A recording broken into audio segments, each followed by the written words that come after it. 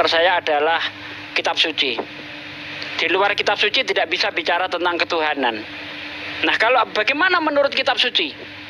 Baik yang ada di Al-Quran maupun di Bible. Di dalam Al-Quran sangat jelas sekali dikatakan laisa kamitslihi syai'un. Allah tidak seperti ciptaannya. Kalau ciptaannya perlu tempat, perlu waktu, perlu ruang, maka Tuhan tidak seperti itu. Laisa kamitslihi syai'un. Allah tidak seperti ciptaannya dalam hal apapun.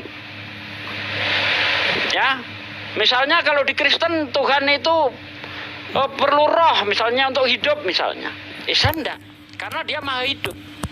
Kalau dia masih butuh roh untuk hidup, dia tidak maha hidup. Nah, satu lagi, apakah Tuhan perlu waktu, perlu ruang? Tidak. Dalam 2 Tawarikh 6 ayat 18, benarkah Tuhan akan tinggal bersama kita? Bukankah langit yang mengatasi segala langit tidak dapat menampungnya? Apalagi rumahku yang kudiami ini. Ini fakta bahwa Tuhan yang maha besar tidak mungkin menjadi maha kecil. Tuhan yang maha suci tidak mungkin menjadi kotor. Tinggal di dalam rahim ibu 9 bulan keluar dari lubang najis. Tidak mungkin. Berarti Tuhan kehilangan kesuciannya. Allah maha besar, tidak mungkin tinggal dalam rahim, keluar dari lubang sempit. Kehilangan kebesarannya, itu pasti. Dalam kitab Yesaya 43 ayat 10-11, engkaulah saksi-saksiku, engkau tahu bahwa tidak ada Allah yang terbentuk sebelum aku, dan setelah aku tidak ada lagi. Akulah juru selamat satu-satunya. Jadi jelas sekali dalam kitab Anda, Tuhan itu tidak seperti ciptaannya, tidak perlu ruang dan waktu. Kemudian mengenai firman, ya, Yesus adalah firman yang menjadi manusia. Tapi Yesus sendiri tidak pernah mengklaim bahwa dirinya adalah firman yang jadi manusia. Dari Tuhannya langsung juga tidak pernah mengklaim bahwa dia akan nujul sebagai manusia. Coba di dalam kitab Perjanjian Lama, di kitab mana Tuhan pernah berjanji akan datang sebagai manusia? Atau Yesus sendiri pernahkah ngomong dia akan datang sebagai manusia? Dia adalah Tuhan yang datang sebagai manusia? Tidak. Nah, kalau memang Yesus ini adalah firman yang jadi manusia, seharusnya Yesus tidak terima firman. Karena firman pada mulanya adalah firman, Yohanes 1 ayat 1, pada mulanya adalah firman, firman itu beserta Allah, firman itu adalah Allah, firman itu menjadi manusia. Firman yang satu-satunya yang bersama Allah ini jadi manusia. Tapi faktanya Yesus masih menerima firman. Yohanes 17 ayat 8, ya, segala firmanmu yang kau sampaikan kepada aku telah aku sampaikan kepada mereka, dan mereka menerima, sehingga mereka itu tahu betul bahwa engkau lah yang telah mengutus aku. Yesus masih terima firman. Bagaimana mungkin Yesus adalah firman itu sendiri? Kalau Yesus firman itu sendiri, seharusnya Yesus tidak terima firman lagi. Di dalam Yohanes 1 ayat 13, orang-orang, perhatikan, orang-orang yang dilahirkan bukan dari darah, juga bukan dari daging, dan juga bukan atas keinginan seorang laki-laki, melainkan berasal dari Allah. Jadi Tuhan itu berkuasa menciptakan manusia dengan berbagai macam cara. Ya, kalau di situ dikatakan orang-orang yang dilahirkan bukan dari darah, bukan dari daging, dan juga bukan dari keinginan seorang laki-laki, berarti bukan cuma Yesus doang yang terjadinya ajaib. Seperti contoh siapa? Yohanes Pembaptis. Yohanes Pembaptis ini lahir dari ibu yang mandul. Ya, kalau saya melihat antara Yesus dan Yohanes ini kejadiannya sama. Cuma bedanya, ya, Yohanes Pembaptis ini tanpa adanya sel telur, karena sudah mandul dia, maka perempuan itu tidak punya sel telur. Perbedaannya Maria, dia tidak punya sperma. Tapi kalau Tuhan menghendaki, apapun bisa terjadi. Jangankan sudah ada manusia, ya, tanpa ada manusia Tuhan bisa menciptakan manusia, Adam. Kalau Tuhan menghendaki, ya, jangankan hanya lewat seorang perempuan perawan suci, dari tulang Tuhan bisa menciptakan manusia, Ibu Hawa. Kalau Tuhan menghendaki tidak ada yang mustahil. Jadi ketika Tuhan menunjukkan keajaiban-keajaiban kepada kita, itu bukan untuk menunjukkan bahwa dia itu punya sekutu, tidak. Tapi Tuhan ingin membuktikan bahwa aku maha kuasa. Aku mampu menciptakan segala sesuatu menurut kehendakku. Tidak ada yang bisa mengintervensi. Kalau aku menghendaki batu keluar manusia, keluar. Ya, di dalam Al-Quran, untanya Nabi Soleh keluar dari batu. Nggak ada yang mustahil kalau Allah menghendaki. Begitu, Bang. Saya tambahkan dikit Pak. Izin dulu, izin sebentar. Dinda Host, Dinda Host itu yang komennya copy paste, itu yang namanya Tombo tuh FYP, itu diblokir aja. Kalau copy paste bisa rungkat, bisa di ban nanti. Ya lanjut. Baik.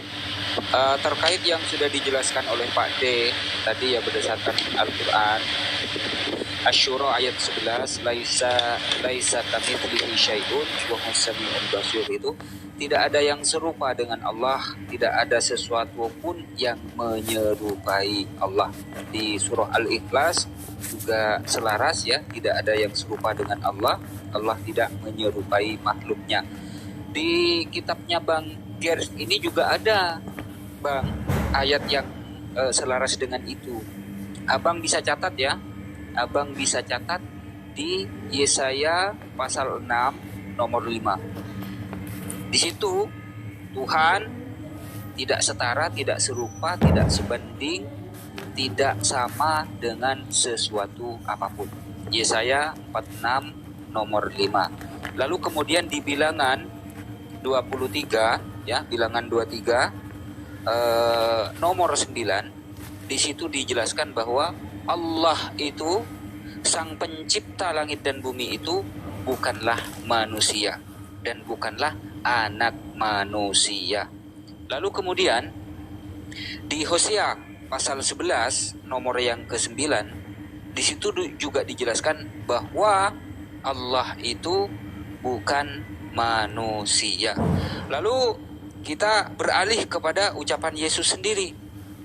Ya, beralih kepada ucapan Yesus sendiri sebagaimana yang termaktub di Yohanes 5 nomor 37. Ya, bahwa Tuhan itu rupanya tidak bisa dilihat dan suaranya tidak bisa didengar. Lanjut, Bang.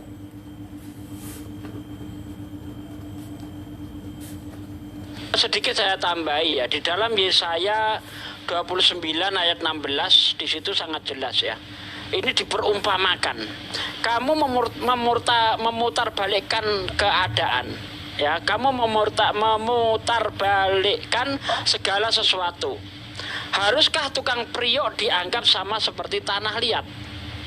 Sehingga yang dibuat akan berkata kepada yang membuatnya, dia tidak membuat aku. Atau yang dibentuk berkata kepada yang membentuknya, dia tidak tahu apa-apa. Lihat ayat ini.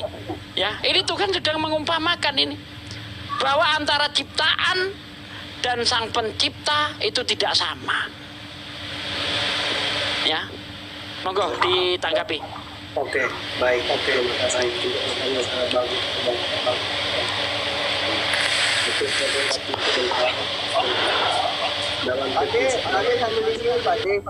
Dalam kekristenan itu Tuhan tidak beranak dan tidak diperanakan. Itu yang pertama. Yang kedua, di Kristen Tuhan tidak ada tiga. Tuhan itu esa. Kekristenan Tuhan itu esa. Nah, Tuhan itu esa karena kami meyakini bahwa Tuhan itu tidak bisa ditangkap. Karena dalam kekristenan itu memahami Tuhan itu, kalau kita menyangkut konsep ketuhanan tidak bisa pakai logika. Karena kalau kita melulu pakai logika, karena ketuhanan tidak mampu dicerna oleh logika manusia. Kalau kita mampu membungkus Tuhan, atau bahwa Tuhan itu tidak menempati ruang waktu dan tidak bisa dia jadi apa-apa, bahwa kita menjas Tuhan Nah, itu di dalam kekristenan. Sehingga dalam kekristenan itu Tuhan itu betul yakin sama. Mungkin untuk sama dengan saudara-saudariku di Muslim sama. Tuhan itu cuman di dalam kekristenan itu Tuhan itu cara beradanya 3. Karena kami meyakini Tuhan itu tidak dibatasi oleh siapapun. Manusia tidak berhak membatasi Tuhan. Tuhan itu maha esa, maha kuasa, maha besar. Kalau kita membatasi Tuhan, dia tidak bisa apa-apa, berarti kita lebih kuasa daripada Tuhan. Itu yang kedua. Nah, sudah jelas bahwa Yesus itu adalah firman Allah. Di dalam Kejadian, pada mulanya adalah firman, dan firman itu bersama dengan Allah, dan firman itu adalah Allah. Itu sudah jelas. Kami berangkat dari situ. Itu bukan kitab Kejadian, Bang. Itu Yohanes 1 itu. Ya, di Kejadian itu, Bang. Di Kejadian. Kalau di Kejadian pada mulanya Allah menciptakan langit dan bumi. Bumi belum berbentuk dan kosong. Betul. Sorry, di Yohanes. Sorry. Maaf, Bang. Di Yohanes. Nah. Maka kami berangkat dari situ, dan malaikat Gabriel pun menampakkan dirinya kepada Maria. Dan hadirlah Yesus ke dalam dunia ini. Bahwa kitab suci Injil, 4 Injil itu di dalam kekristenan itu bukan turun dari langit, tetapi kan Yesus itu sendiri firman. Yesus itu adalah firman, sang firman dia. Jadi kitab suci itu catat kisah hidupnya, kisah tingkah lakunya, kisah pokoknya tentang sejarah perjalanan hidupnya sehingga dia sampai bangkit. Di mana puncaknya Yesus sebagai Allah sehakikat dengan Bapa di kebangkitan. Setelah dia disalib 3 hari kemudian dia bangkit naik ke surga.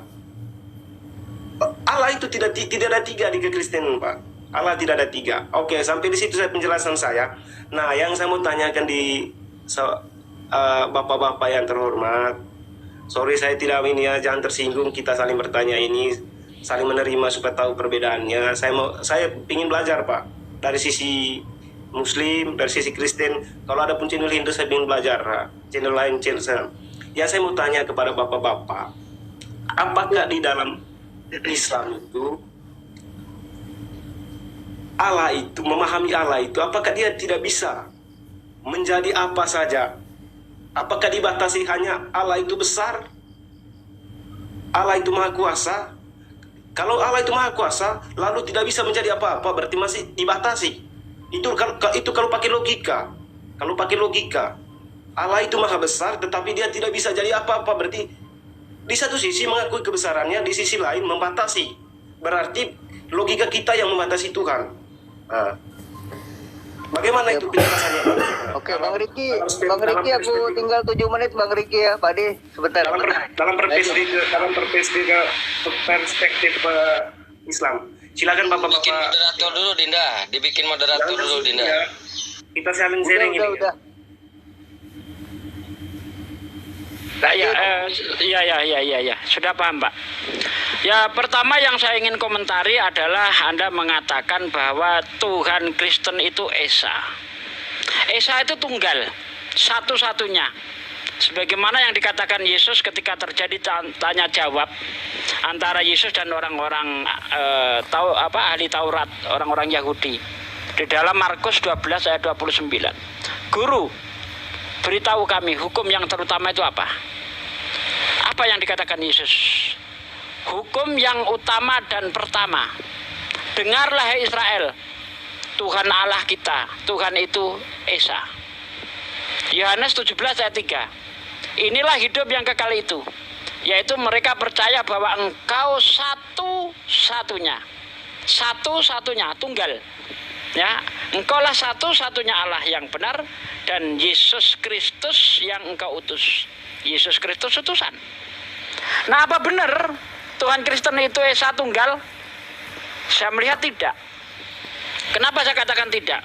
Ketika Yesus dibaptis, Anda baca di dalam Matius 3 ayat 16-17, Yesus dibaptis, di atasnya ada burung merpati, dari surga ada yang bersuara, dialah anakku yang sulung, kepadanya aku berkenan. Dalam satu waktu, di 3 tempat yang berbeda. Ada 3 wujud yang berbeda. Dari mana ini bisa dikatakan satu? Yesus lagi dibaptis, di atasnya ada burung merpati, di surga ada yang bersuara. Satu waktu, di 3 tempat yang berbeda, ada 3 wujud yang berbeda. Yesus diumpamakan seperti bintang film ganteng, mata biru, rambut pirang. Roh Kudus diumpamakan seperti burung merpati. Bapa diumpamakan seperti orang tua yang terlanjut usia, lagi duduk di atas kursi roda. Anda lihat di dalam Daniel 7 ayat 9, ya. Bapa di surga digambarkan seperti lelaki tua, pakai jubah putih, berambut putih seperti bulu domba, sedang duduk di kursi roda. Daniel 7 ayat 9.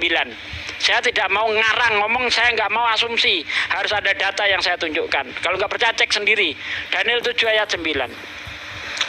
Ketika Anda menyebut Bapak yang seperti orang tua lanjut usia, apakah otak kita itu membayangkan si bintang film, Yesus yang seperti bintang film, ganteng, mata biru, rambut pirang? Ketika kita menyebut Yesus, apakah otak kita membayangkan Roh Kudus yang digambarkan seperti burung merpati? Ketika kita menyebut Roh Kudus yang seperti burung merpati, apakah otak kita membayangkan Bapa dan membayangkan Yesus? Sehebat apapun otak Anda, sejenius apapun Anda, tidak akan bisa menyatukan 3 wujud yang berbeda menjadi satu wujud. Tidak mungkin. Bohong kalau ada yang bisa mengatakan bisa. Bohong. Ya, otak kita itu terbatas, nggak bisa. Yesus Tuhan, Roh Kudus Tuhan, Bapa Tuhan. Berapa Tuhan ini?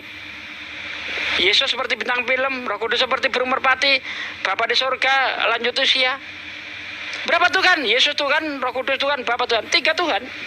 Nggak bisa dikatakan satu Tuhan. Ya, bukankah menurut Trinitas Bapa bukan anak, anak bukan roh, roh bukan Bapa, tapi ketiganya adalah Tuhan.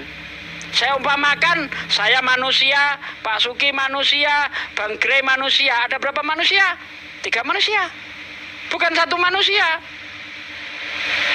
Ya, Tuhan Kristen bukan Esa, tapi 3. Mohon maaf, saya harus jujur mengatakan ini. Kemudian Anda tadi mengatakan puncak keilahian Yesus adalah saat dia bangkit dari kematian. Kalau memang benar puncak keilahian Yesus adalah ketika dia bangkit dari kematian, kenapa ketika Yesus sudah bangkit, di dalam Yohanes 20 ayat 17, aku belum pergi kepada Bapakku dan Bapakmu, Allahku dan Allahmu. Apakah mungkin Tuhan punya Tuhan, Allah punya Allah? Sementara di situ sangat jelas dikatakan, aku belum pergi kepada Bapakku dan Bapakmu, Allahku dan Allahmu. Ya, Tuhanku dan Tuhanmu. Kok bisa ini puncak keilahian, Pak, tapi dia masih punya Tuhan? Nonsen. Anda masih juga mengatakan bahwa Yesus itu adalah firman. Padahal sudah saya jelaskan dan Anda tidak bisa bantah tadi. Kalau memang dia adalah firman yang menjadi manusia, mengapa Yesus masih terima firman? Ya, segala firman-Mu yang Kau sampaikan kepadaku telah Aku sampaikan kepada mereka. Mereka menerimanya dan mereka tahu betul bahwa Engkau yang telah mengutus Aku. Yohanes 17 dan 14. Segala firman-Mu telah Aku sampaikan kepada mereka. Mereka menerima. Dunia membencinya karena mereka bukan dari dunia, sama seperti Aku bukan dari dunia. Yesus terima firman. Yesus tidak bisa berkata-kata dari dirinya sendiri. Yohanes 5 ayat 30. Aku tidak dapat berkata-kata dari diriku sendiri. Semua yang aku lakukan sesuai yang aku dengar. Berarti Yesus masih mendengar firman. Katanya firman sudah jadi Yesus. Padahal maksudnya adalah firman itu telah menjadi manusia, itu kehendak Tuhan itu menjadi makhluk. Karena memang segala sesuatu yang ada di dunia ini berasal dari firman. Bukan cuma jadi Yesus saja firman ini. Jadi langit, jadi terang, jadi bumi dan sebagainya. Makanya kalau Anda lihat di dalam kitab Kejadian 1 ayat 3 misalnya, berfirmanlah Allah jadilah terang. Firman jadi terang. Bukan berarti terang itu adalah Tuhan, tidak. Ya, kemudian Allah apakah tidak bisa menjadi apa-apa kalau Dia kuasa? Allah bisa jadi apa-apa. Saya tidak bisa melarangnya. Itu kehendak Tuhan, terserah. Tuhan mau jadi apa-apa terserah. Tidak ada satupun yang bisa melarang Tuhan mau jadi apa-apa. Ada satu yang bisa menghalang-halangi Tuhan. Apa? Sifatnya. Sifat Tuhan itulah yang memagari Tuhan itu sendiri. Karena kalau Tuhan sampai nabrak sifatnya, dia mencela-mencela, dia tidak konsisten. Seperti yang diterangkan Bang Aloyubi tadi, Tuhan tidak seperti ciptaannya. Tuhan itu kekal. Kalau dia berubah, maka dia tidak kekal. Ya, kekal itu dia tetap seperti keadaannya seperti itu. Makanya di dalam kitab Yesaya itu dikatakan, engkaulah saksi-saksiku. Engkau tahu tidak ada Allah terbentuk sebelum aku, dan setelah aku tidak ada lagi. Tidak ada Tuhan terbentuk, nggak ada. Tuhan tidak akan mengalami perubahan bentuk. Bukan saya yang menghalangi Tuhan untuk jadi manusia, tapi sifat Tuhan itu sendiri yang membatasinya. Tuhan Maha Suci tidak mungkin jadi Maha Kotor. Tuhan Maha Besar tidak mungkin jadi Maha Kecil. Tuhan Maha Tinggi tidak mungkin jadi Maha Rendah. Tuhan tidak seperti ciptaannya, tidak mungkin Tuhan akan berubah jadi ciptaan seperti ciptaan. Itu tidak mungkin. Jadi yang menghalangi Tuhan siapa? Sifat Tuhan itu sendiri. Terima kasih. Sedikit tak tambah ya. Mungkin Pak Ustadz ya, saudara-saudara kita Kristen ini kan belum. Suaranya Win. Ini gimana sekarang? Lumayan. Memahami jauh ya. Di dalam Islam itu kita meyakini bahwa Allah ini memiliki sifat wujud kita bahwa khalafatul wal khawatis akhyam binafsihi. Nah, di antara sifat tersebut Allah ini memiliki sifat mustahil, gitu Bang. Suaranya kurang sifat mustahil. Suaranya kecil banget, Wir. Enggak kedengar, Sekarang lumayan. Iya. Sifat mustahil itu adalah sifat yang dikatakan tidak mungkin. Seperti ada, artinya tidak ada. Mustahil Allah itu tidak ada. Khalaqas samawati wal arda bil haqq ta'ala amma yusrikun. Nah, sifat kudus. Nah, sifat kudus ini Allah itu ada sebelum makhluk ini ada sebelum ciptaan ini ada. Wal awalu wal akhiru wal zahiru wal batil. Jadi wal batin ya kan, wahwa bikulli syai'in alim. Jadi banyak sifat mustahil ini dimiliki oleh Allah yang diterangkan oleh Ustaz Tuki tadi, seperti sifat fana. Tidak mungkin Allah ini binasa, mustahil Allah ini binasa. Jadi sifat-sifat mustahil inilah yang bukan membatasi ya, yang dimiliki oleh Allah. Makanya Ustaz Suki menjelaskan bahwa tidak mungkin Allah akan menabrak atau melanggar sifatnya sendiri, akhirnya tidak konsisten. Seperti itu Bang. Baik, saya izin berinteraksi Pak De, izin berinteraksi boleh ya dengan Bang Grace ya? Lanjut. Iya, Bang Grace. Iya.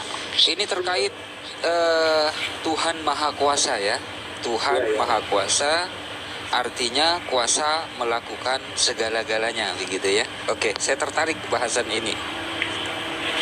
Saya tanya kepada Bang Kris nih, kalau Tuhan Maha Kuasa, ya, bisakah Tuhan menciptakan suatu makhluk yang lebih besar daripada Tuhan? Bisa apa tidak?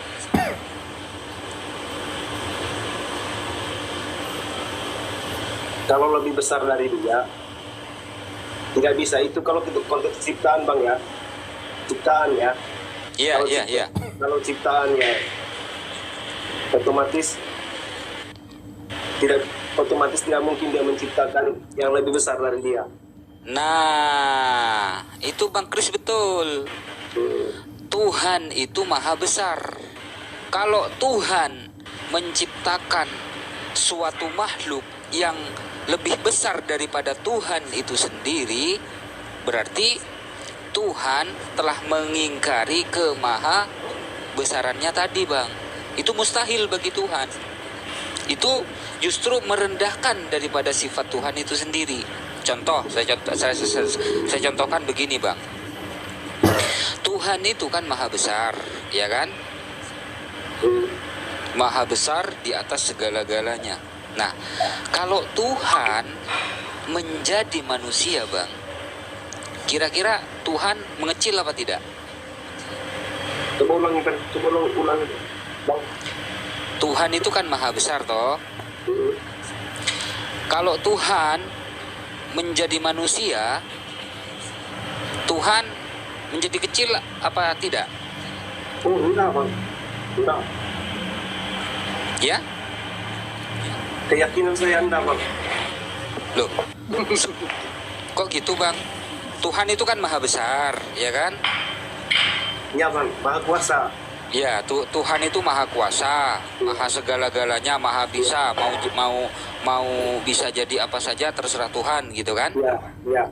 Tuhan maha besar. Pertanyaan saya, apakah bisa Tuhan menjadi manusia? Sangat bisa, Bang. Oh, gitu. Baik. Kalau Tuhan bisa menjadi manusia, ya, itu artinya Tuhan menabrak sifatnya sendiri. Tuhan itu kan maha besar. Kalau menjadi manusia kan jadi kecil jadinya, Bang. Dibatasi oleh ruang dan waktu. Itu kalau dalam Bang, kalau kita pakai logika, Bang. Kan sudah dari awal saya bilang tadi. Memahami konsep ketuhanan dalam kekristenan itu tidak sepenuhnya memakai logika. Atau begini, Bang. Karena ketuhanan tidak bisa kalau kita memakai logika berarti kita lebih besar dari Tuhan. Itu dalam kekristenan, Bang. Ya, berarti sedikit tidak Bang konsisten Alayubi. nih. Oh ya, lanjut. Sedikit Bang Alayubi. Jadi gini loh, di kitab Anda sendiri kan sudah dijelaskan.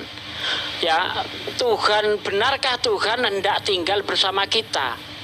Bukankah langit yang mengatasi segala langit tidak dapat menampungnya? Apalagi rumah yang kudiami ini, coba. Kalau dikatakan di situ langit yang mengatasi segala langit tidak sanggup untuk menampungnya, ini berbicara tentang wujudnya Tuhan. Berarti wujud Tuhan itu besar sekali sehingga langit yang mengatasi segala langit tidak sanggup menampungnya. Coba ini diperhatikan ayat ini. 2 Tawarikh 6 ayat 18. Coba diperhatikan itu. Langit yang mengatasi segala langit tidak sanggup menampungnya. Berarti Tuhan itu betapa besar dia. Ya, sehingga tidak mungkin menjadi kecil. Jadi yang besar di sini segalanya, baik wujudnya, baik kekuasaannya, baik segalanya, pokoknya semuanya maha besar. Begitu, Bang.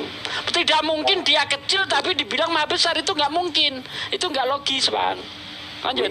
Oke, terima kasih penjelasannya, Bang. Itu dari perspektifnya Abang, saya hargai itu. Karena itu gunanya kita diskusi ini.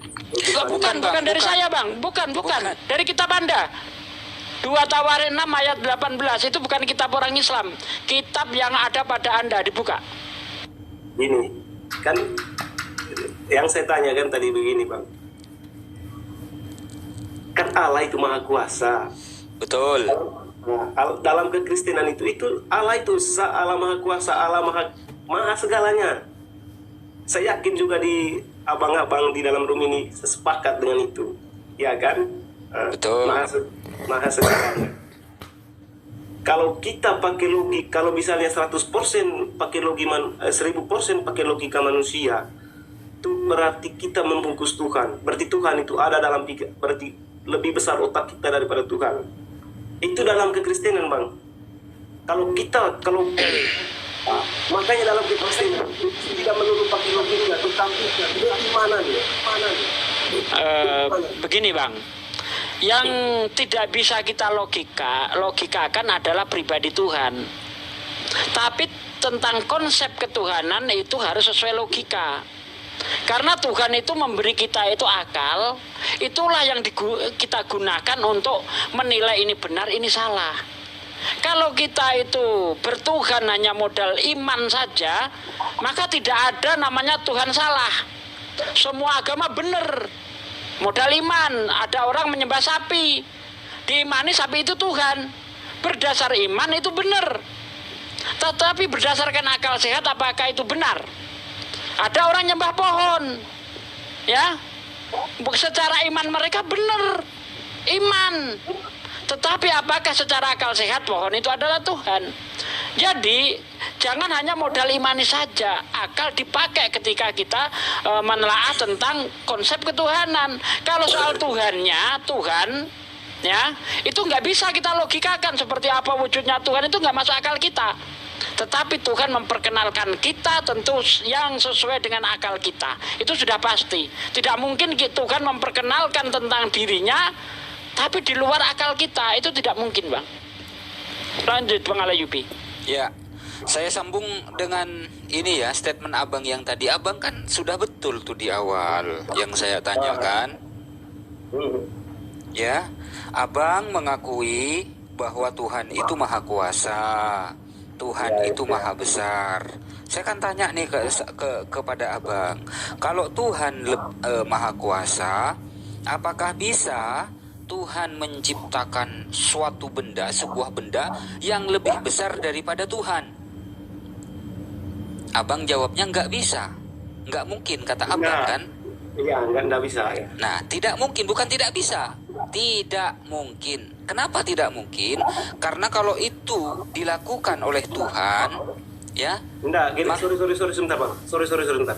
Ya, sebenarnya lanjut. bang, kalau pakai logika pribadi ya, kalau ditanya tadi itu bahwa apakah Tuhan bisa cipta yang lebih besar dari Dia, kalau pakai logika pribadi saya, ya terserah Tuhan kan Dia maha bisa, mau Dia Berarti ciptakan lebih begini besar. bang, kalau logika abang seperti ya, sebentar. Pribadi, bang. Ya sebentar. Kalau pemikiran abang seperti itu, ya berarti abang nih konsekuensinya ya secara tidak langsung mengatakan bahwa Tuhan itu pelin-pelan, gitu loh. Di satu sisi abang mengakui bahwa Dia maha kuasa dan maha besar, sementara di sisi yang lain abang harus mengimani Tuhan itu menciptakan suatu benda yang lebih besar daripada Tuhan. Jadi konsekuensinya yang harus diambil oleh abang adalah abang harus meyakini bahwa Tuhan itu pelin-pelan. Seperti itu, Bang. Itu logika pribadi tadi, Bang ya. Bukan mewakili kekristenan, tapi itu logika pribadi saya. Bukan itu sifat daripada Tuhan itu sendiri. Mustahil Tuhan itu ingkar janji, itu mustahil. Gitu. Izin Bang Sembrol. lanjut. Bang Garpit nambahin ya. Itu kan menurut Bang Garpit tadi bahwa Tuhan itu maha besar, betul? Betul. Maha kuat, betul? Kalau menurut abang mungkin nggak yang maha besar, maha kuat itu menjadi lemah?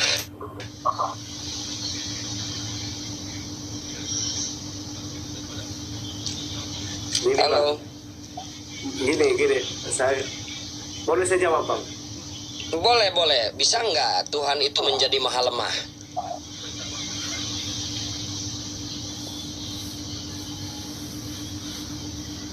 Kenapa tidak, Bang?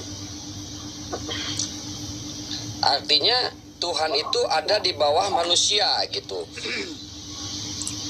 Kekuasaannya hilang gitu Bang Riki kalau kayak gitu. Jadinya kalau Iya. Jadi Tuhan ini maha besar, maha kuasanya di mana kalau Tuhan itu menjadi maha lemah gitu loh, Bang Garfit. Lanjut, teman-teman. Saya mau jelaskan begini dulu, Bang. ya, Gini. kata. Nah, kalau dalam Kristen kan, manusia diciptakan itu menurut gambar dan rupanya. Itu di Kejadian. Nah, menurut saudara-saudara Muslim bahwa Yesus itu kok kenapa tuh jadi Tuhan sedangkan Dia manusia, ya kan? Itu yang diperdebat,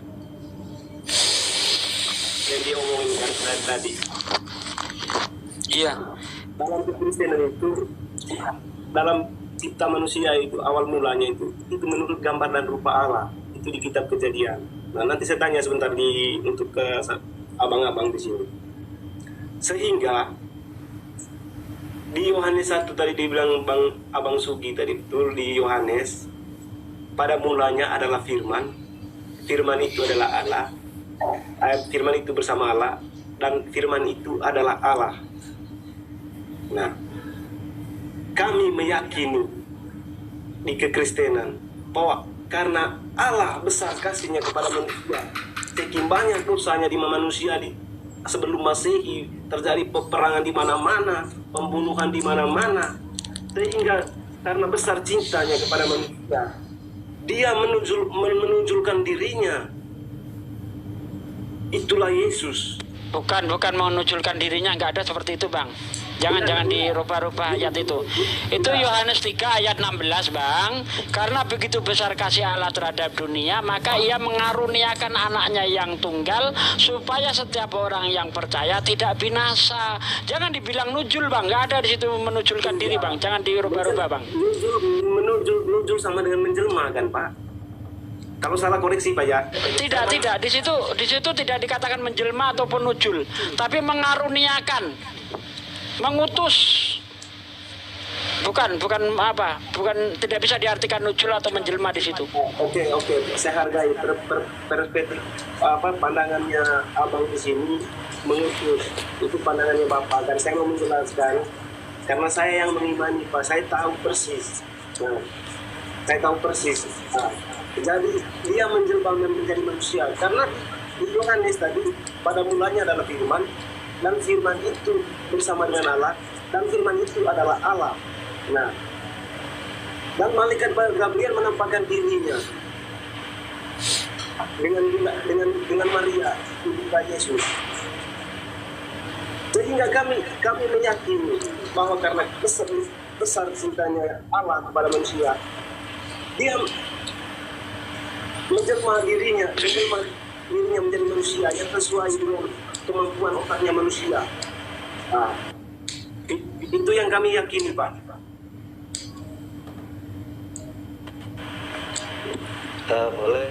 Oke, saya mau bertanya. Saya boleh menanggapi. Siapa? Saya mau bertanya, Pak. Ini kan dalam kekristenan itu kan tadi kami meyakini Allah itu bisa menjelma jadi ciptaannya karena cintanya. Terus dalam pandangan dalam Islam, konsep ketuhanan yang maha kuasa tadi, maha kuat, maha bisa segala, maha kuasa di atas segala-galanya. Mas Pak Suki, tolong di-mute dulu. Di satu sisi, abang bilang tadi dia maha segalanya. Di sisi lain, Allah tidak bisa jadi apapun. Nah, pertanyaan saya, di satu sisi mengakui kekuasaannya, kemahakuasaannya, tetapi di satu sisi membatasi. Nah, bagaimana penjelasannya itu, Bang? Tadi sudah dijelaskan oleh Pak Ustadz Sugi bahwa itu yang membatasinya adalah sifat Allah. Bukan dibatasi oleh kita. Ya, bukan dibatasi oleh kita. Enggak, jangan diulang-ulang yang sudah dijelaskan. Jadi nggak bergeser. Ya, silakan Pak Ustadz. Silakan Betul Pak itu. Tadi sudah saya terangkan, bukan saya yang membatasi, bukan makhluk yang bisa membatasi Tuhan, tapi sifat Tuhan itu sendiri yang membatasinya. Contoh, Tuhan itu maha kuasa. Itu sifat Tuhan maha kuasa. Tidak mungkin Tuhan itu jadi maha lemah. Berarti Tuhan nabrak sifatnya sendiri. Gitu loh. Tuhan itu maha besar. Bahkan nanti Anda tadi ditanya, apakah Tuhan mampu menciptakan yang lebih besar dari dirinya? Tidak. Kenapa? Karena Tuhan itu maha besar. Pertanyaan saya. Ya, bentar. Iya. Ya. Pertanyaan Anda tadi kan mengatakan, ya kan, kalau dia yang maha segalanya, kenapa dibatasi? Yang batasi bukan saya. Tuhan itu sendiri yang membatasinya. Ya, sifat dia yang membatasi. Gitu loh. Anda tadi masih juga mengatakan Tuhan menjelma. Tidak ada ayat dari pengakuan Yesus, ada tahu dari Tuhannya yang mengatakan Tuhan itu menjelma. Nggak ada. Maksud Yohanes 3 ayat 16 adalah dia itu mengutus Yesus. Jadi barang siapa yang percaya kepadanya, dia tidak akan binasa. Percaya sebagai apa? Sebagai utusan, bukan sebagai Tuhan. Kalau sebagai Tuhan mana ayatnya? Kalau sebagai utusan ini ayatnya. Inilah hidup yang kekal itu, yaitu mereka percaya bahwa engkaulah satu-satunya Allah yang benar dan mengenal aku Yesus Kristus yang diutus. Jadi mengenal Yesus yang diutus, percaya Yesus yang diutus, baru Anda akan mendapatkan hidup yang kekal. Tapi kalau percaya Yesus Tuhan, saya tidak menemukan ayat dari mulut Yesus, percaya aku Tuhan kamu akan diselamatkan. Mana ayatnya? Nggak ada. Yohanes 3 ayat 16, ya, karena begitu besar kasih Allah terhadap dunia, maka ia mengaruniakan anaknya yang tunggal, supaya setiap orang yang percaya tidak binasa. Percaya apa? Percaya sebagai utusan. Begitu, Pak. Ya, oke. Saya hargai. Boleh dari saya. Saya hargai. Ya, Pak Suki silakan. Gantian. Ya, silakan Pak Suki. Ya gini, Ustadz Suki tadi kan menjelaskannya. Seandainya orang Kristen, khususnya yang awam lah ya, tidak menggunakan doktrinnya, apa yang telah diajarkan oleh gurunya, ya, atau pendetanya atau gerejanya, lalu membaca Alkitab, maka dia akan menemukan apa yang dijelaskan oleh Alkitab sendiri, bahwa Tuhan itu Esa, Tuhan itu satu.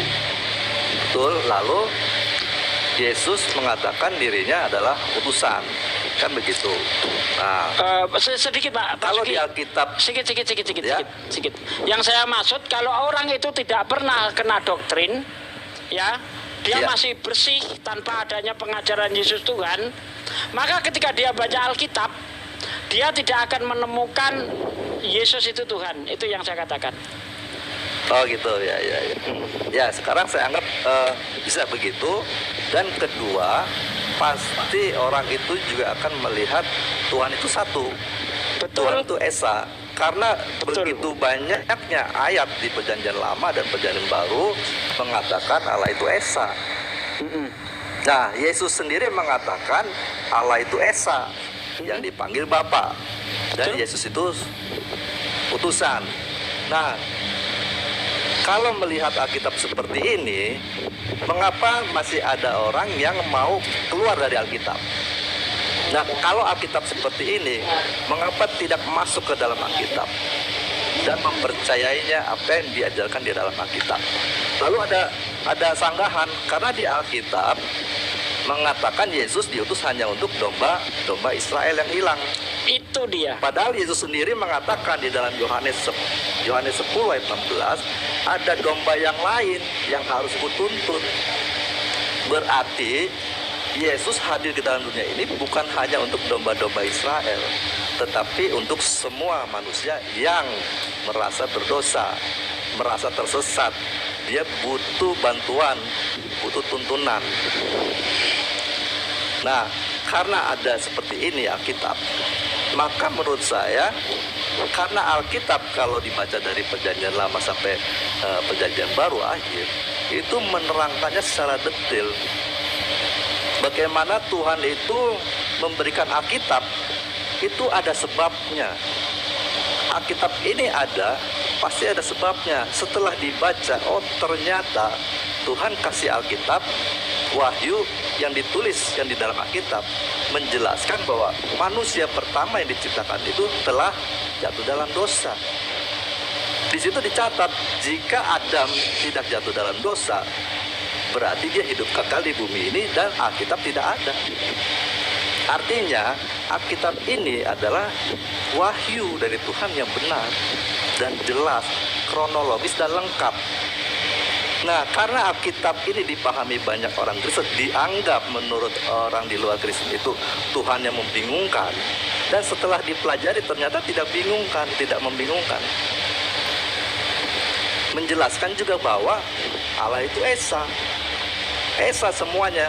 Sampai Yesus sendiri yang mengatakannya, dan juga Rasul Paulus yang ditunjuk langsung pada saat dia sudah ada di sorga mengatakan juga Allah itu satu, Esa.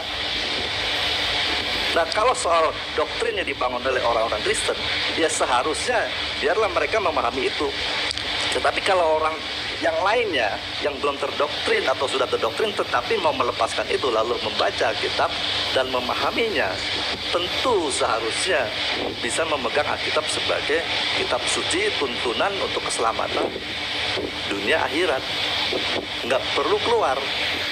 Nah, ini tadi dari sejak awal saya pertanyakan mengapa mualaf itu terjadi. Alasannya katanya masalah ketuhanan. Nah, harusnya baca ulang Alkitab, bahwa Alkitab itu mengatakan Allah itu Esa. Ikut saja apa yang diajarkan Tuhan Yesus. Yang diajarkan Yesus Kristus gitu ya. Ya gitu, Bang. Oke, sip.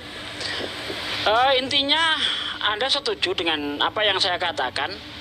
Kalau orang tidak pernah kena doktrin, lalu dia baca Alkitab, dia tidak akan menemukan ketuhanan Yesus. Dan dia pasti mengakui Tuhan itu Esa. Esa yang dibangun, Esa yang dipercayai. Tolong di-mute dulu Pak Suki. Tolong di-mute berisik. Ya. Tentu keesaan yang mereka percayai, orang yang tidak pernah terkena doktrin Tritunggal, Esanya adalah Esa sebagaimana yang dipahami Islam, yang dipahami Yahudi. Yahudi tidak pernah mengatakan Esa itu tapi jamak, tidak ada Yahudi seperti itu. Islam pun tidak seperti itu. Seharusnya orang-orang yang tidak pernah terkena doktrin pasti ketuhanannya adalah tunggal, satu-satunya, dan tidak pernah bisa menganggap Yesus itu Tuhan. Karena tidak ada sesuatu pun yang bisa menunjukkan Yesus Tuhan itu nggak ada dalam Bible. Mau ayat mana coba?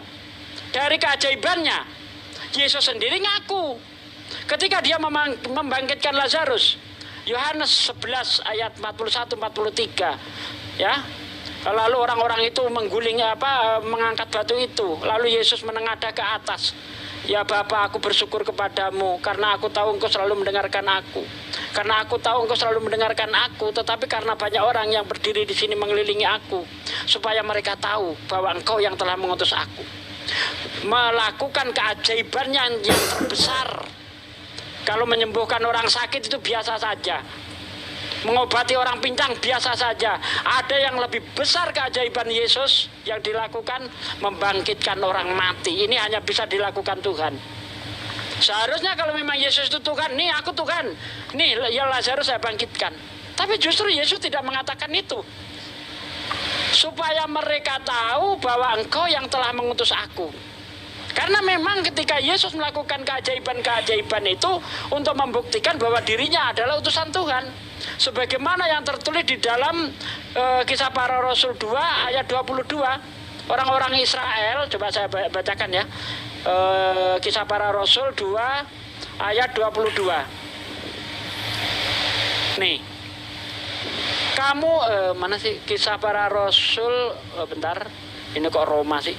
Kisah Para Rasul nih ya 2 ayat 22. Hai orang-orang Israel, dengarkanlah perkataan ini.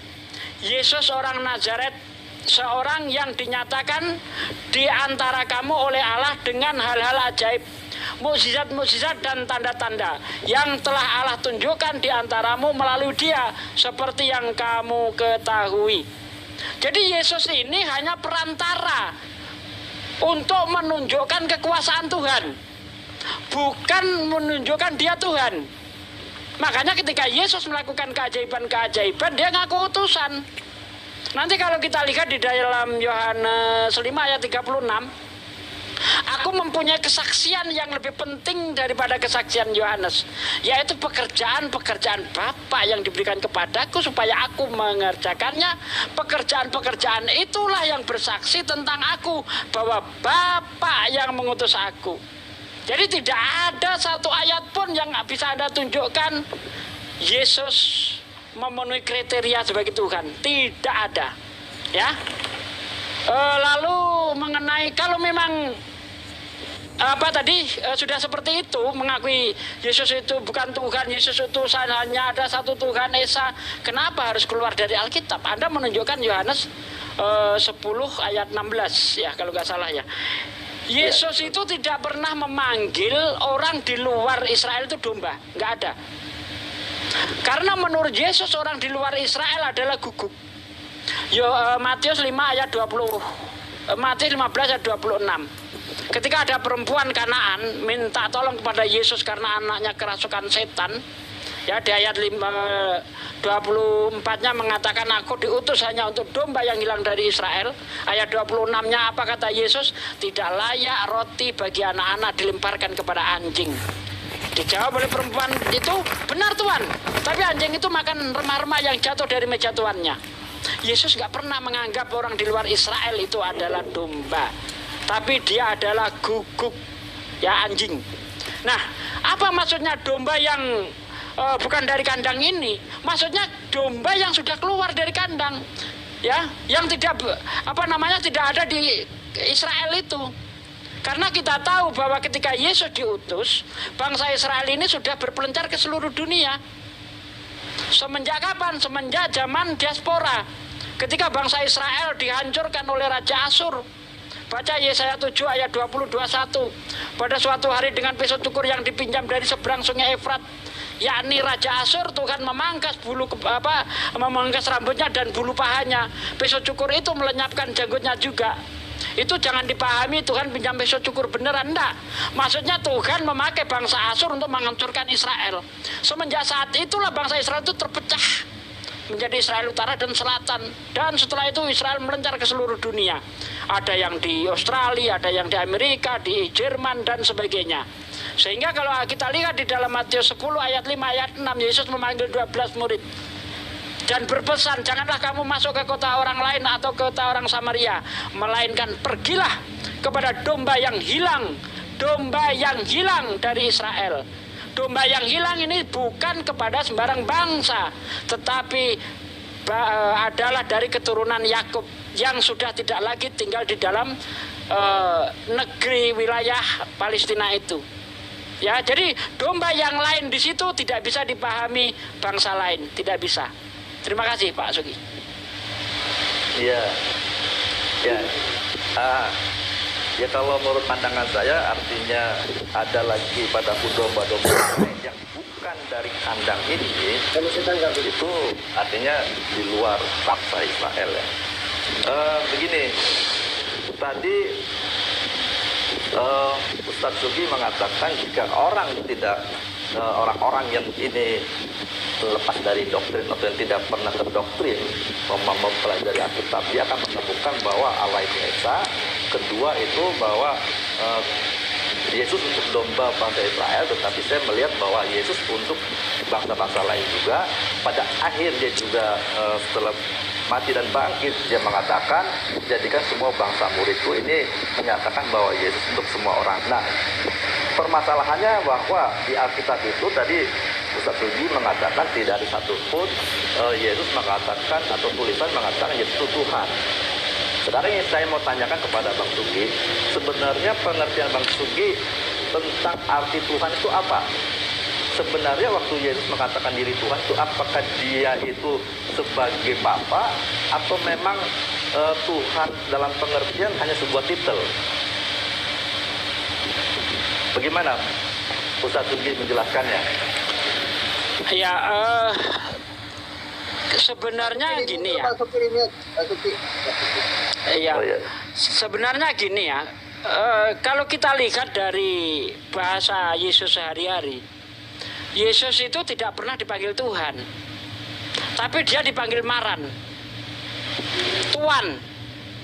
Nah, yang sejajar dengan ini, kata Maran, Kurios, Tuan, dalam bahasa Arab itu Sayyid.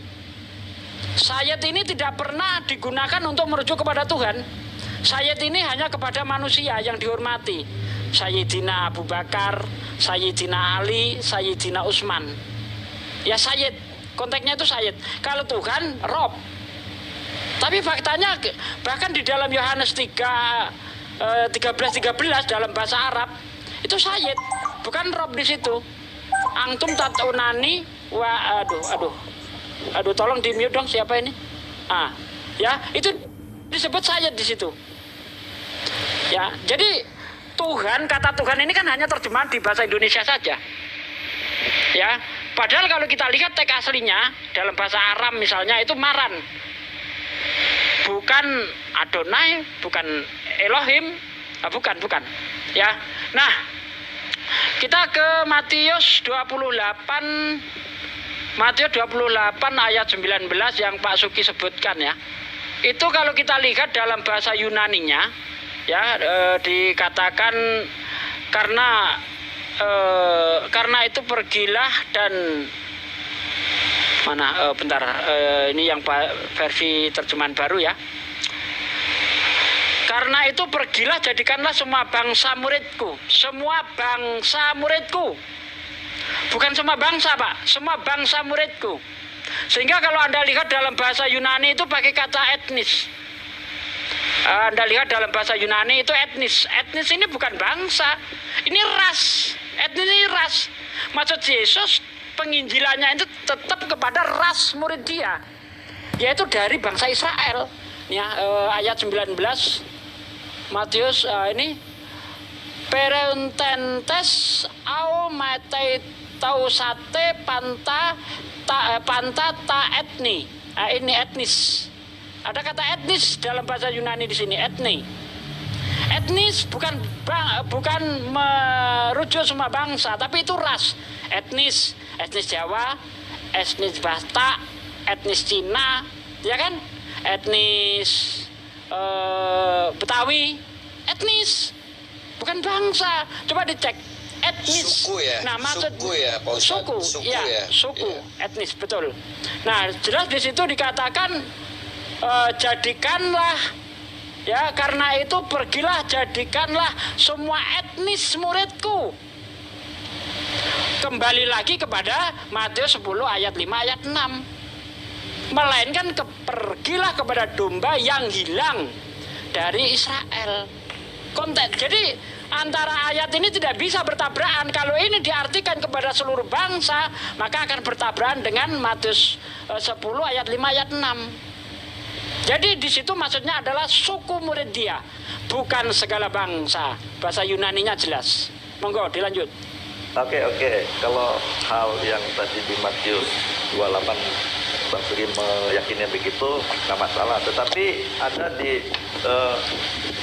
Kisah Rasul 9, di mana Paulus dipanggil oleh Yesus dalam ayat 15-nya, pergilah sebab orang ini adalah alat pilihan bagiku untuk memberitakan namaku kepada bangsa-bangsa lain serta raja-raja dan orang-orang Israel. Artinya apa?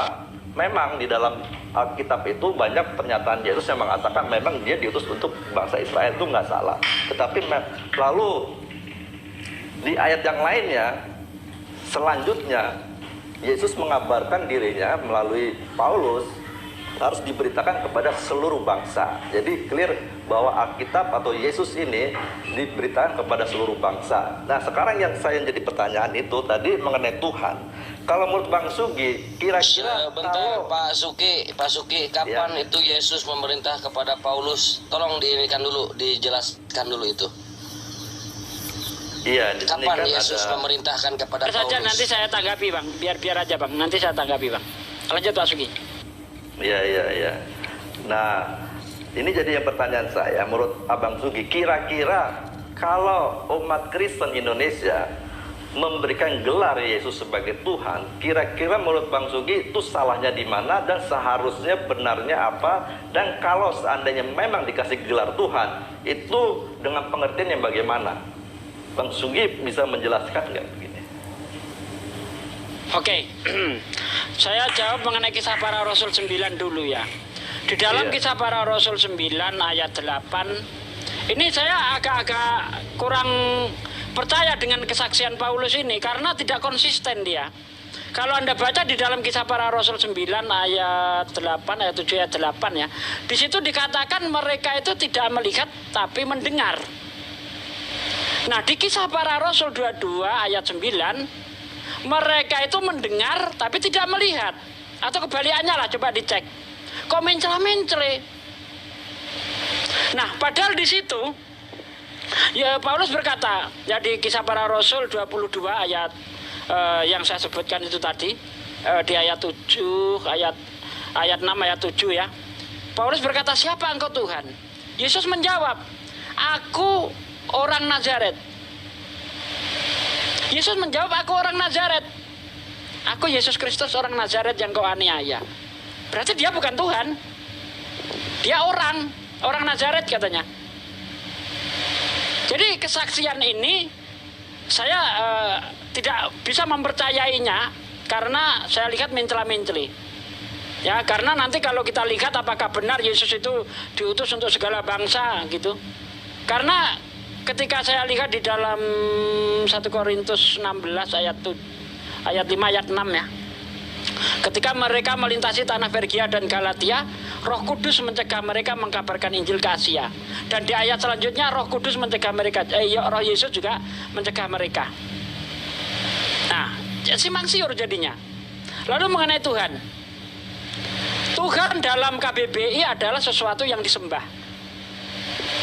Ya, dia adalah sang pencipta. Jadi kalau ini diletakkan kepada Yesus, apakah Yesus adalah berhak disembah?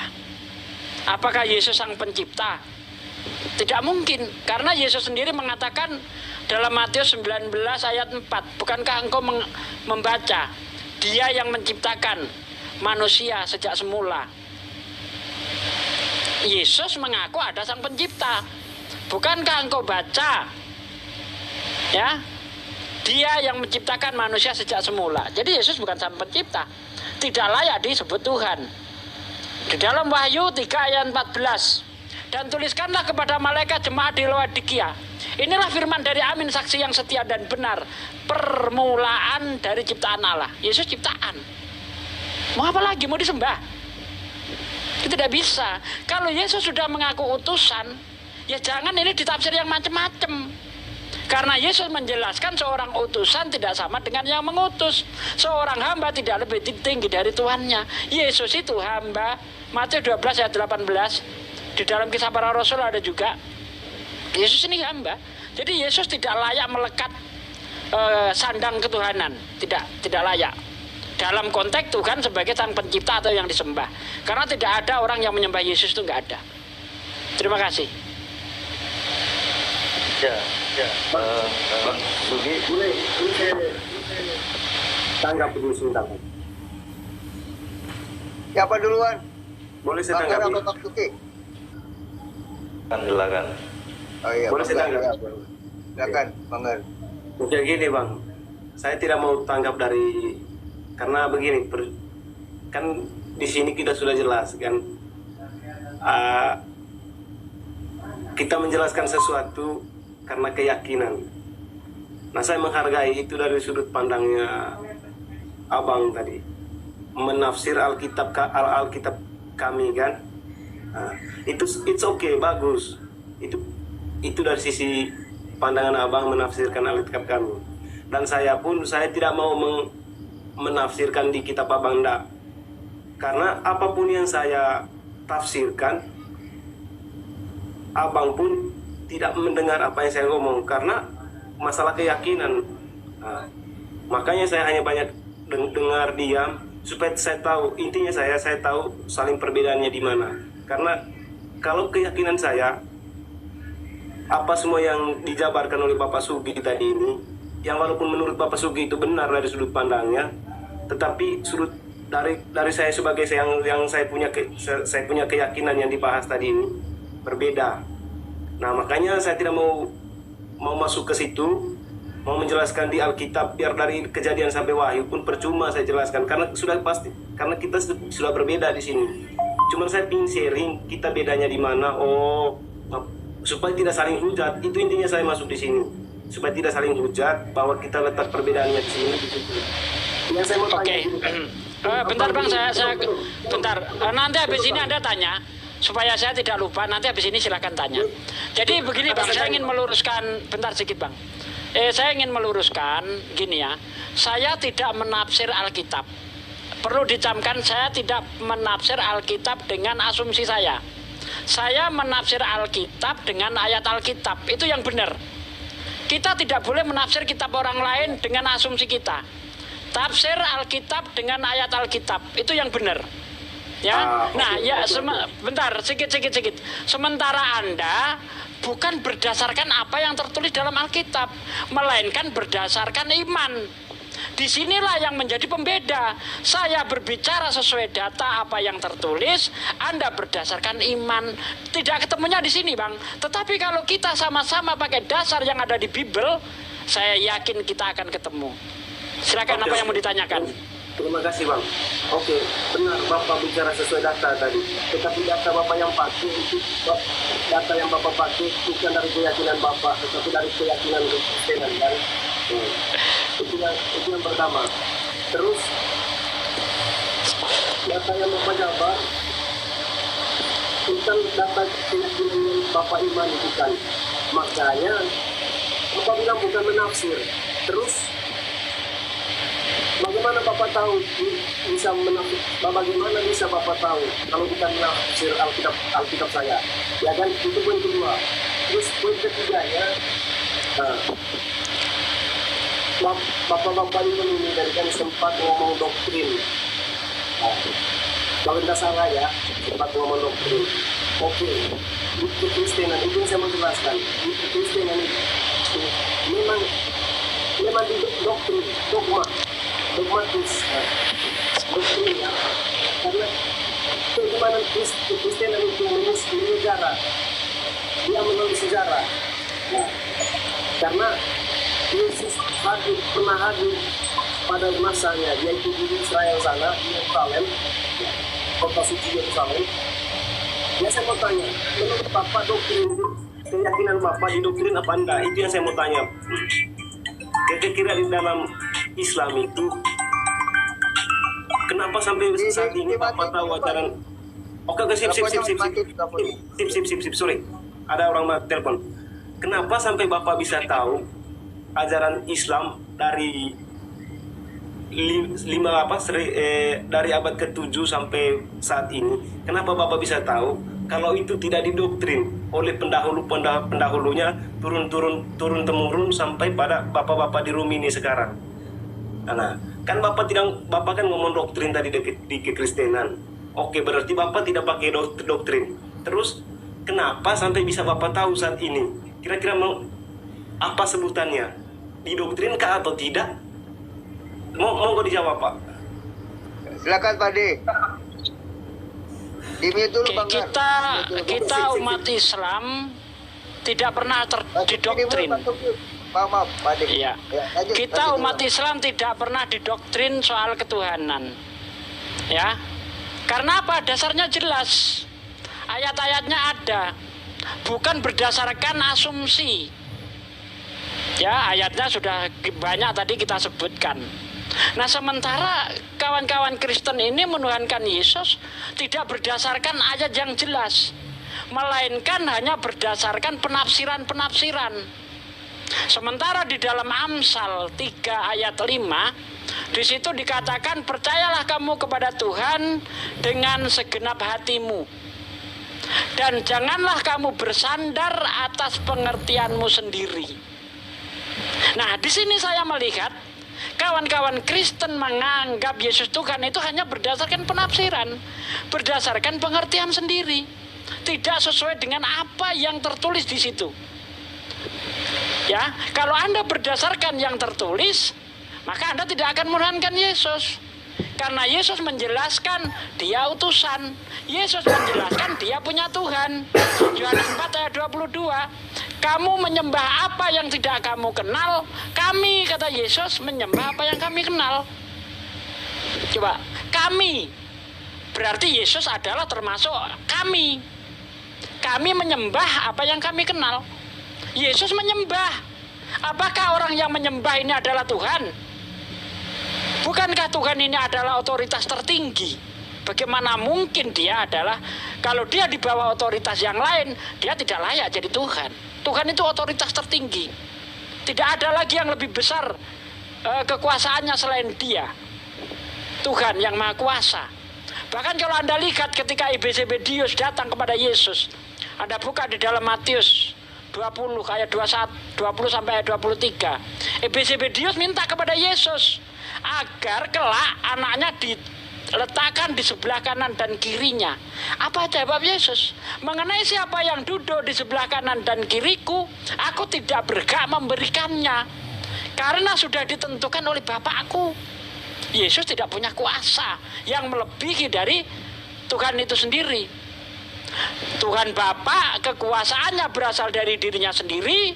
Yesus kekuasaannya diberikan oleh Tuhan Bapa. Sebagaimana yang tertulis dalam Matius 28 ayat 18, segala kuasa baik di surga maupun di bumi telah diberikan kepadaku. Yesus mendapat kekuasaan dari Bapa. Ini bukan Tuhan. Setiap yang diberi kuasa oleh Tuhan, dia bukan Tuhan. Iblis juga diberi kuasa oleh Tuhan. Lukas 4 ayat 6, ketika iblis menggoda Yesus, sujudlah kepadaku, niscaya akan aku berikan segala yang kerajaan-kerajaan yang ada di dunia ini, karena segala kuasa telah diberikan kepadaku dan aku berhak memberikan kepada siapa yang kukehendaki. Ya, iblis diberi kuasa. Kalau alasannya Yesus itu Tuhan karena diberi kuasa, maka Anda harus menuhankan iblis, karena iblis juga diberi kuasa, bos.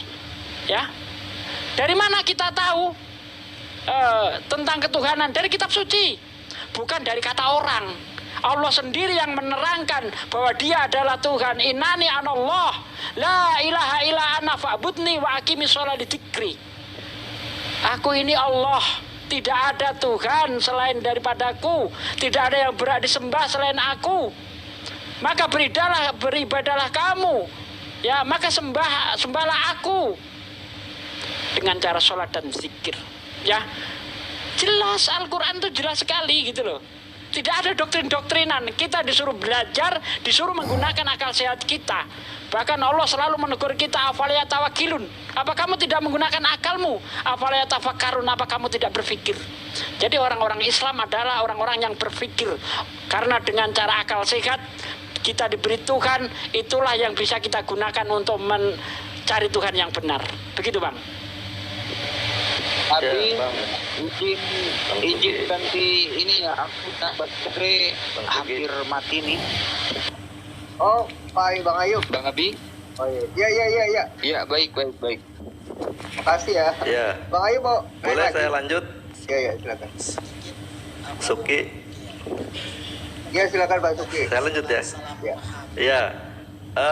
Menjawab tadi penjelasan Bang Sugi tadi mengenai kisah Rasul 9 dan 22 itu perbedaannya ada. Mengapa terjadi perbedaan itu?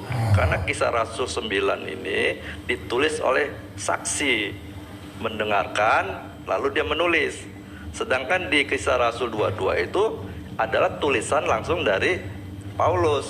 Artinya namanya perkataan langsung Paulus. Maka di situ ada perbedaan. Jadi ibaratnya yang kisah Rasul 9 itu didengar lalu dicatat. Jadi pendengarannya itu dia melihat lalu mencatat. Sedangkan yang di kisah Rasul 22 itu perkataannya dia langsung mengatakan. Maka ada terjadi perbedaan. Tapi intinya ya dia dijumpai oleh Tuhan dan diangkat menjadi murid atau rasul yang untuk memberitakan Yesus. Nah, melanjutkan pertanyaan ini, saya belum ketemu nih dengan Bang Sugi ya, Bang Sugi tentang Tuhan itu. Kalau selama ini Bang Sugi diskusi dengan orang Kristen ataupun Bang Sugi memahami Alkitab ya, seandainya lah Yesus memang benar digelarkan Tuhan, nah yang dipahami oleh Bang Sugi dari yang dijelaskan oleh orang Kristen ini, Tuhannya ini dimaksud dia menjadi Bapa atau kata Tuhannya ini menjadi apa gitu? Ada penjelasan sehingga jadi mengerti? Artinya sehingga walaupun orang Kristen itu memberikan gelar Tuhan, artinya ya boleh karena punya disclaimer lah begitu, punya pengertian sendiri. Sebab apa? Kalau kata Tuhan itu dipahami dari sudut pandang Bang Sugi atau Muslim, pasti berbeda. Tetapi kalau disclaimer oleh orang Kristen bahwa Yesus dikasih gelar seperti ini karena ada sebab ini, bisa nggak dimengerti oleh Bang Sugi? Oke. Saya lanjut begini Jadi aja. Saya lanjut begini ya. Saya lanjut ya. Kalau kita Ya lihat itu aja dulu Pak, biar nggak kepanjangan nanti apa dilanjut lagi. boleh. Ya. Jadi gini, mengenai Yesus sendiri itu posisinya di Kristen, itu kan masih cakar-cakaran. Ada yang mengatakan Yesus itu Bapa itu sendiri. Ini kelompoknya Yohanes. Ya, artinya kalau sudah mengatakan Yesus itu Bapa itu sendiri, berarti dia sang pencipta. Bahkan sering ketabuk sama Bang Andi itu. Apakah Yesus itu Bapa? Iya. Apakah Yesus itu anak? Iya. Apakah Yesus itu sang pencipta? Iya. Apakah Yesus yang menciptakan Maria? Iya. Apakah Yesus yang dikandung Maria? Iya. Jadi Yesus ini segalanya. Ini bagi Yohanes. Bahkan iya kan. Jadi kalau tolak ukurnya adalah Kristen, repot Pak. Maka kita pakai tolak ukur yang umum saja. Tuhan itu apa menurut KBBI? Tuhan itu adalah sesuatu yang disembah, diyakini sebagai sang pencipta. Itu menurut KBBI. Jangan menurut Kristen. Kristennya aneh, macam-macam. Jadi kalau saya pakai Yohanes nanti bertentangan dengan Trinitas. Karena menurut Trinitas, Bapa bukan Yesus, bukan Putra, Putra bukan Roh, Roh bukan Bapa. Tapi ketiganya adalah Tuhan. Ya, seperti itu. Nah, menurut Trinitas, dia ini bentar Pak. Di dalam Tritunggal, Yesus ini adalah Firman. Ya, Firman inilah yang menciptakan. Bapa sebagai sang sumber. Kan seperti itu. Beda dengan Yohanes. Beda-beda. Jadi saya pakai yang umum saja. Makanya tadi saya jawab pakai yang umum. Tuhan dalam pengertian umum adalah sesuatu yang disembah, yang dianggap sebagai sang pencipta, dianggap sebagai yang maha kuasa. Seperti itu. Oke.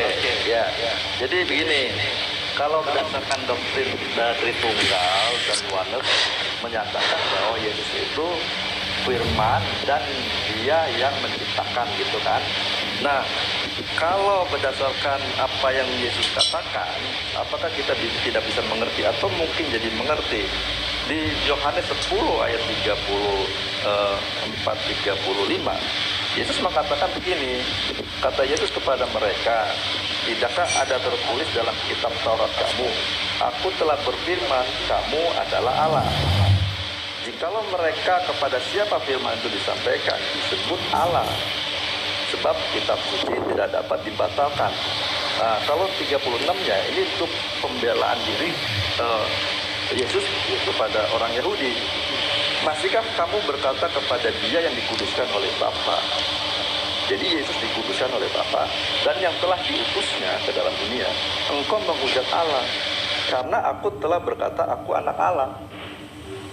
Jadi Yesus di sini menjelaskan kepada bangsa Yahudi bahwa kamu itu Allah. Kamu anak-anak yang maha tinggi. Jadi bangsa Israel, umat pilihan Allah, dia itu anak-anak Allah. Anak-anak Allah ya Allah. Tetapi bukan pengertiannya Allah itu lalu sejajar dengan Bapaknya. Demikian juga di Keluaran 7 ayat 1 bahwa Tuhan mengangkat Musa sebagai Allah. Nah, Yesus menjelaskan kepada siapa firman itu disampaikan, mereka adalah Allah.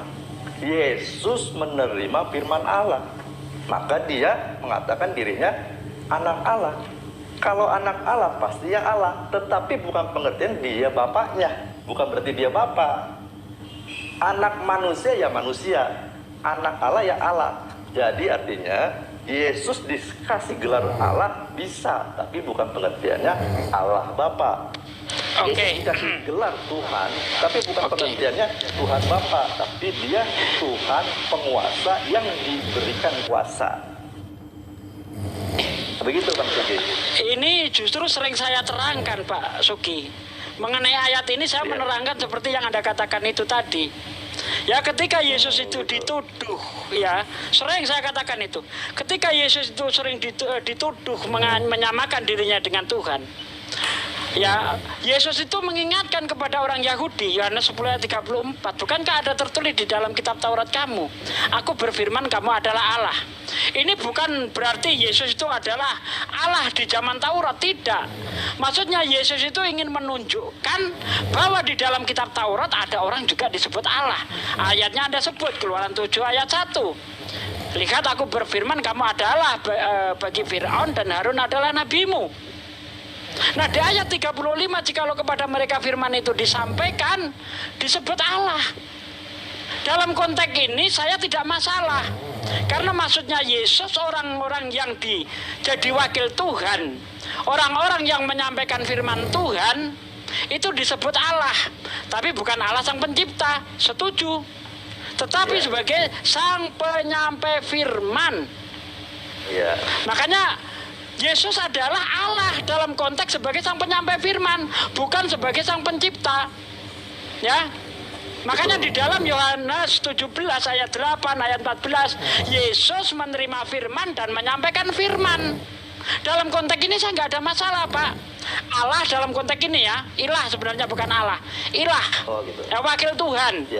Ya, karena dalam pengertian orang Yahudi, wakil Tuhan adalah Tuhan. Makanya nanti Anda lihat di dalam kitab Keluaran 3 ayat 14 ya, apa yang harus aku katakan kepada orang-orang Israel ya, tentang namamu, aku adalah aku.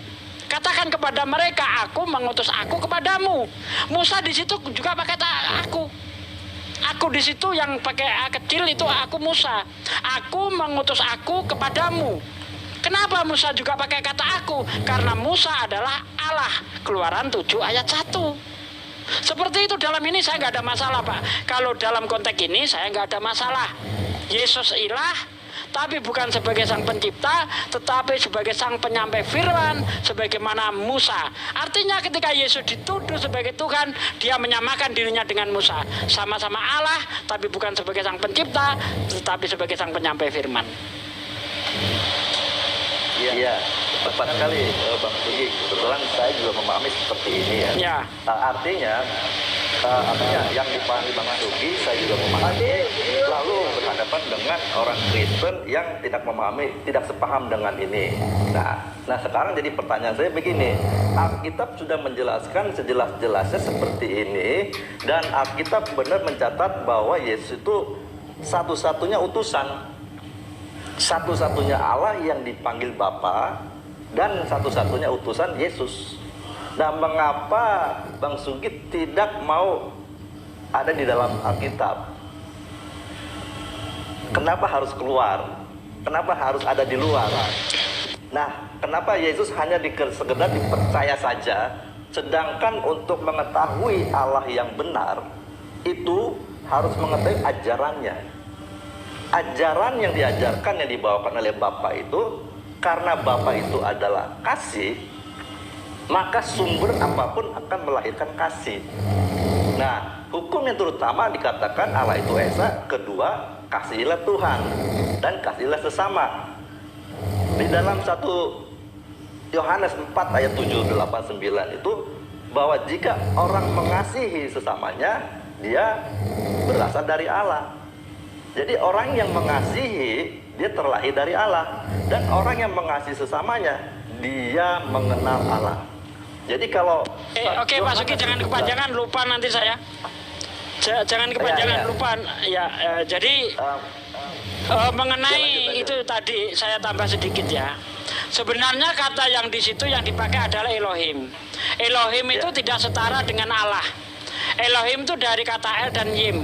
Jadi Elohim. Nah, yang setara dengan itu adalah ilah. Ilah dan Yun, ilahun. Dalam bahasa Ibrani Elohim. Nah, ternyata yang mendapat gelar Elohim bukan cuma Musa, bukan cuma Yesus. Hakim-hakim juga disebut Elohim. Malaikat juga disebut Elohim. Di mana itu? Hakim-hakim, para hakim disebut Elohim. Mazmur 82 ayat 6. Ya, bahkan Paulus sendiri mengatakan 1 Korintus 8 ayat 5 ayat 6. Meskipun kita tahu banyak Elohim, ya, baik di surga maupun di bumi, tapi bagi kita hanya ada satu Elohim dan satu Tuhan, Kurios, yaitu Yesus. Nah, kalau pengertiannya kita sudah sama, kenapa saya tidak di dalam Alkitab? Karena Yesus menjelaskan di dalam Yohanes 16 ayat 12, banyak hal yang harus aku sampaikan kepadamu, tetapi saat ini kamu belum sanggup untuk menanggungnya.